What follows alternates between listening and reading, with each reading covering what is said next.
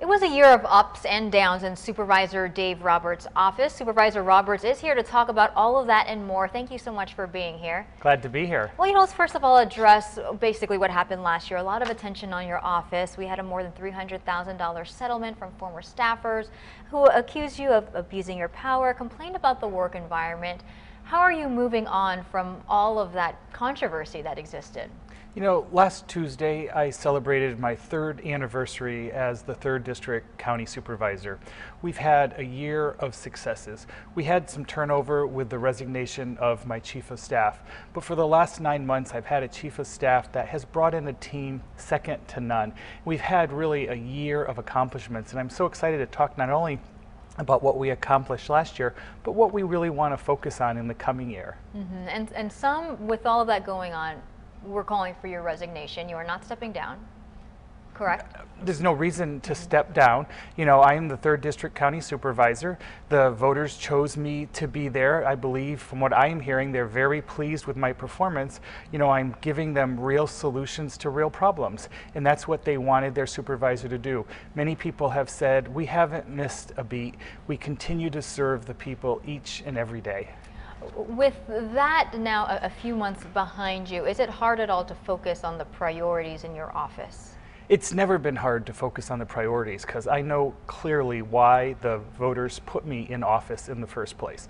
They wanted to make this great county even greater.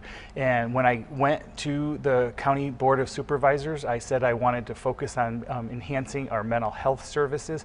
I wanted to enhance foster care and adoption services. I wanted to try to preserve open space where we could. We've been working on all those things and even so many more things. And let's talk about some of the mental health priorities. Laura's Law, I've spoken to you about that before. Explain that law and what's going to be happening this month. So Laura's Law was really one of the big victories, I think, last year. I partnered with Supervisor Diane Jacob. It was something that I was quite passionate about for a number of years.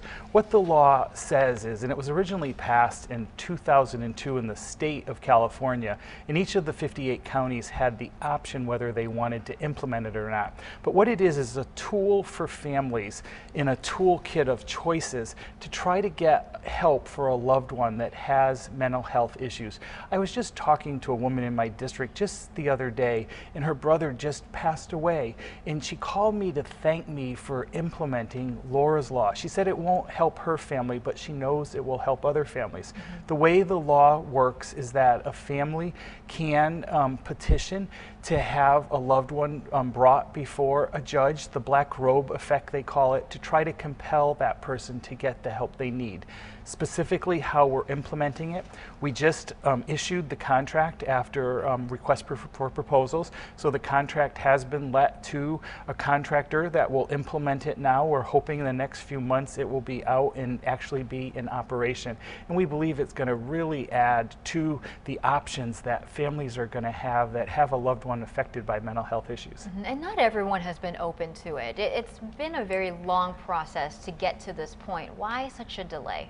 Well, there's a number of reasons. One, it's legally very complicated. Two, it's very costly. And we needed to figure out all the issues. One of the things I've learned the last 3 years as being a county supervisor, you really have to do your homework. You have to figure out how to advance something that makes sense, but that you can get others to buy into. And I think this is just one of the many success stories that we did to advance this. Another one that I'm just so excited about is that we kept the Palomar Forensic Health Center in Escondido open. You know, people read in the newspaper it was going to close. This is a center that provides compassionate care for women and children that have been sexually abused. I said this center cannot close. I partnered with Supervisor Bill Horn, Sheriff Bill Gore, and District Attorney Bonnie Dumanis. We came up with a solution working with Palomar Health to keep that open. So now people in North County have a place to go after they're attacked. And let's go and talk about suicide prevention on a related topic. There's going to be a vote later this month on some recommendations. What are we talking about here? So last year in 2015, one of my many initiatives was to try to put a spotlight on how we could reduce suicides in the county of San Diego. We experience over 400 a year. and many people called on me to do something about it. So I went to the Behavioral Health Advisory Board that makes recommendations to the Board of Supervisors, and I said, would you set up a work group, and could I co-chair the work group? They agreed to do it. We met for 5 or 6 months. We came up with 10 recommendations on ways we believe we can work to reduce suicides. Just the other day, the Behavioral Health Advisory Board made a recommendation to fund the first 2 of the 10 recommendations that the Board of Supervisors will be voting on the end of this month. One recommendation is to expand psychiatric emergency response teams throughout the county. Another recommendation is to put in services for transitioning age youth, foster youth, and for LGBT youth to get care that they need so that they won't commit suicide. And also there is a new crisis residential center that's going to be opening in the North County. When is that supposed to happen? Where is it supposed to happen? So partnering with Supervisor Bill Horn, who was our chairman last year, we asked the county to do a survey throughout the county where was the greatest needs for mental health and behavioral health services. And it showed that North County really needed these type of services. And so we're working on a number of initiatives. One is to build this facility on East Valley Parkway. Construction has already started. This facility should be open by June of this year. I'm just so excited how quickly it's moving. And what people don't recognize is many people end up in emergency rooms. And just yesterday, the CEO of Scripps had a great editorial on how our emergency rooms are being abused by people in mental health crisis. But what would happen is that once these people get the treatment they need in an emergency room, they'll go into this residential temporary setting 2 or 3 months, get their care stabilized while we try to find them housing. In just last month in December, the Board of Supervisors approved $10 million to find long-term housing solutions for patients that have severe mental health issues. And any other new projects coming up that we should know about in the next few months? So, you know, suicide prevention, we're going to be trying to implement all those activities. We're working with Supervisor Ron Roberts and Councilman Todd Gloria on HIV/AIDS reduction strategies. We're going to be coming out with them.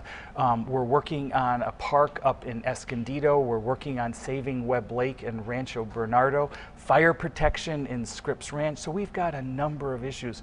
Over on the coast, we're working and making investments in the San Diego Botanic Gardens, which the county owns the land under. So I've just got a huge number of projects, and these are what I hear from my constituents every day they want me working on. And I'm just really blessed to have a top-notch staff that's helping me implement all these initiatives. All right, Supervisor, thank you so much for being here this morning. Thank you, and Happy New Year. Happy New Year to you as well. I'm Melissa Mecija with this week's San Diego Newsmakers. I'll be back next week.